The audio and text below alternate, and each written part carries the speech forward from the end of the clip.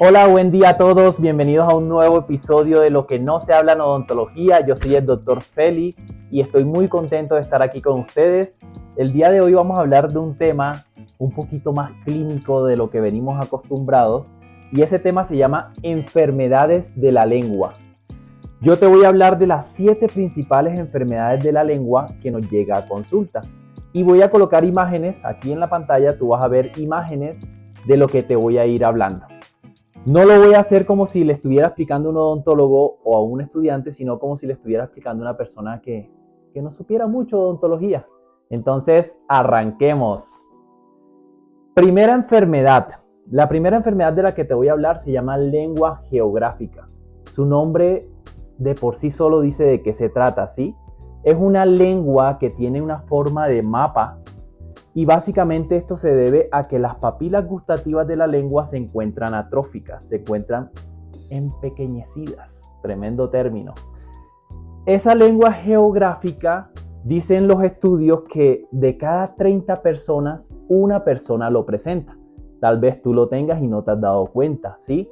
Es una lengua que se ve en forma de mapa como la que se ve en la imagen.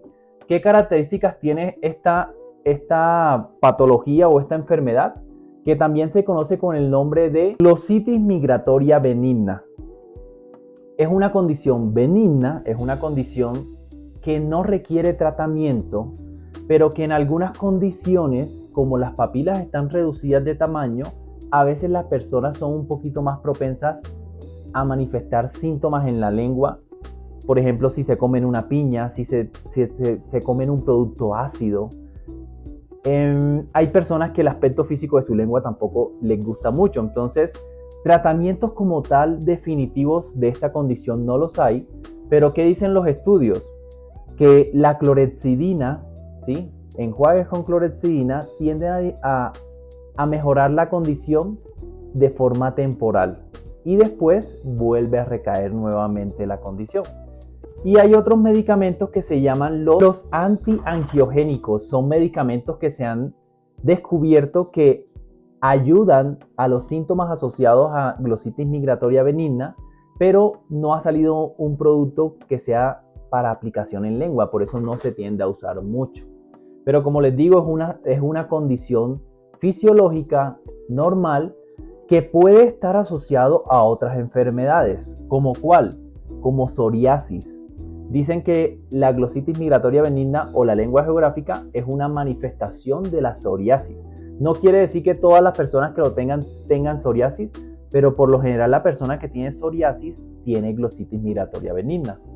Se asocia también a procesos alérgicos, a déficits vitamínicos, a anemia, a problemas respiratorios. Está asociado esta condición, que en la medida que se va solucionando la condición relacionada, también se va mejorando la glositis migratoria.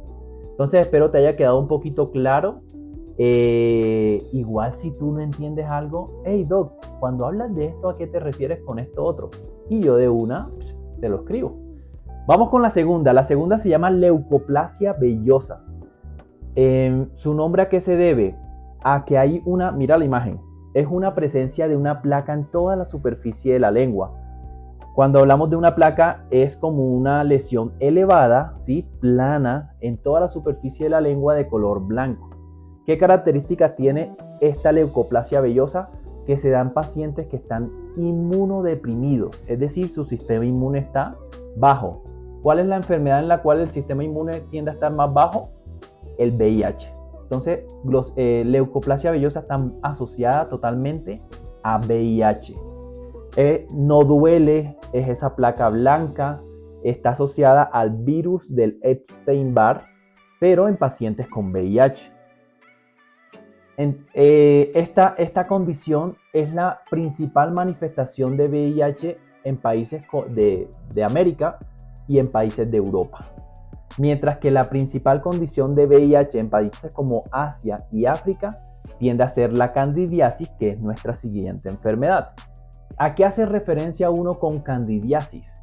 Candidiasis se refiere a una placa blanca que cuando tú la raspas, ella desprende y deja una zona eritematosa. Se puede manifestar de diferentes formas. pero esa candidiasis está asociada a un hongo. Se les conoce como una infección oportunista. No tiene uno que saber mucho para saber qué es una infección oportunista o una persona oportunista, ¿sí? Es decir, cuando hay un sistema inmune deprimido, cuando están las condiciones, ella llega y se aloja ahí y coloniza e infecta la zona. Entonces, la candidiasis, ¿qué dicen los estudios? Que uno de los principales tratamientos efectivos para la candidiasis es la combinación de nistatina con terapia láser, que normalmente hay diferentes subtipos de cándida, ¿sí? Que es el hongo que lo produce. Y esa cándida también puede producir resistencia. Así como producen resistencia a los antibióticos, también los hongos pueden producir resistencia, y hay muchos estudios que han mostrado que gran número de familias de cándida producen resistencia a ciertos antimicóticos, principalmente a los azoles, por ejemplo fluconazol, entre otros. ¿Listo? Entonces, esta es la imagen de la candidiasis. Aquí la ves, vemos la plaquita que se aloja y al yo retirarla se va a ver una zona eritematosa. Bien, seguimos. Las siguientes dos condiciones son condiciones que no son tan graves, digo yo, que tienden a ser comunes en la consulta, y la primera de ellas se llama papiloma escamoso. Al escuchar ese nombre tú vas a saber, ok, papiloma, ok, ¿a qué se relaciona? Al VPH, ¿sí? Virus del papiloma humano. Esta condición del papiloma escamoso tiende a ser una lesión elevada. Se le conoce con el nombre de vegetante porque parece como si fuera un pequeño coliflor que se ubica en la lengua, principalmente en la cara dorsal.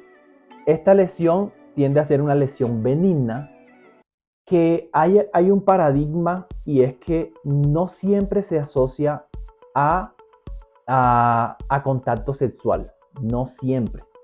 Estudios que dicen que también se puede asociar a fómites, a objetos, y a la transmisión de madre-hijo al momento del nacimiento. Entonces no siempre se asocia a un contacto sexual. Sin embargo, es un signo de alarma, ¿sí? Es un signo de alarma porque una de las causas es el contacto sexual. ¿Cuál es el tratamiento para esta condición? La biopsia, ¿sí? Hacemos biopsia, y hay algo, y es que hay las enfermedades que pueden llegar a convertirse en cáncer, se llaman lesiones precancerígenas. Este papiloma escamoso puede llegar a ser precancerígeno, pero principalmente cuando se ubica a nivel de orofaringe. ¿Por qué? Porque ahí hay unos subtipos que son más propensos a que se dé cáncer en esa zona. Sigo con la otra, se llama fibroma traumático. Como su nombre lo dice, fibroma traumático. Cuando hablamos de la palabra fibroma, nos asociamos, la piel tiene, o las mucosas tienen una capa superficial que se llama epidermis o tejido epitelial. Después está la dermis o tejido conectivo. Cuando hablamos de fibroma estamos hablando así acerca del tejido conectivo. Es decir, cuando estas fibras que están acá en el tejido conectivo, por causa de un trauma, empiezan a formarse y forman como una pelotita. Eso se llama fibroma traumático. También es una lesión benigna que su tratamiento tiende a ser la biopsia, que se asocia mucho cuando las personas tienen como un borde, no sé, se les fracturó una muelita y queda un bordecito, y ese borde le está haciendo roce con la lengua, puede producir un fibroma. Pacientes con ortodoncia pueden producir fibromas.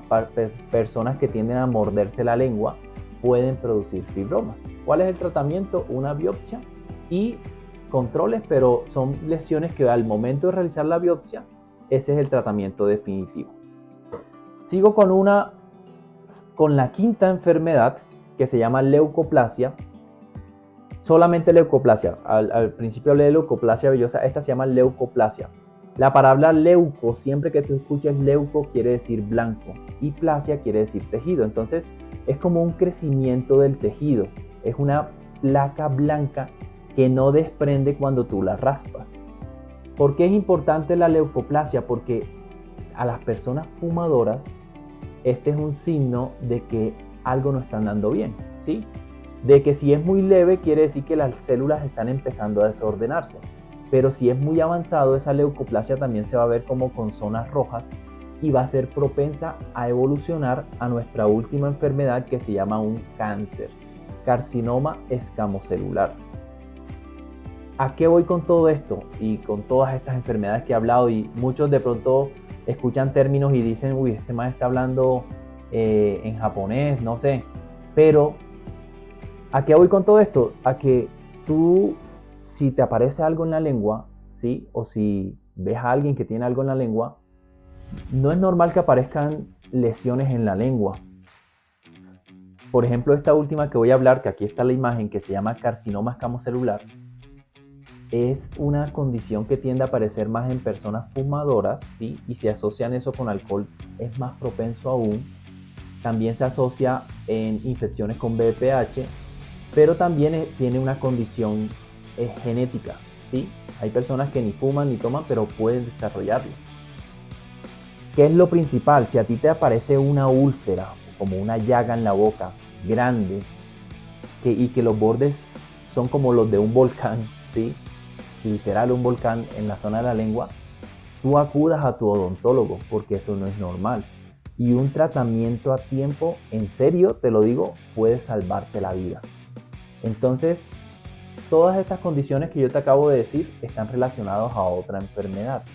Y por eso es muy importante que acudamos a los odontólogos, porque el odontólogo no solamente es boca, no solamente es resina. El odontólogo tiene una formación, bueno, más que todo también el especialista en cierta condición, por ejemplo en medicina oral, en patología oral, como por ejemplo yo soy patólogo, en cómo se asocia tal condición a una enfermedad sistémica. Entonces, espero les haya gustado este podcast del día de hoy y si tienes algún comentario, alguna sugerencia, si quieres que ampliemos alguna enfermedad, déjalo en los comentarios. Muchas bendiciones y sean felices. Bye.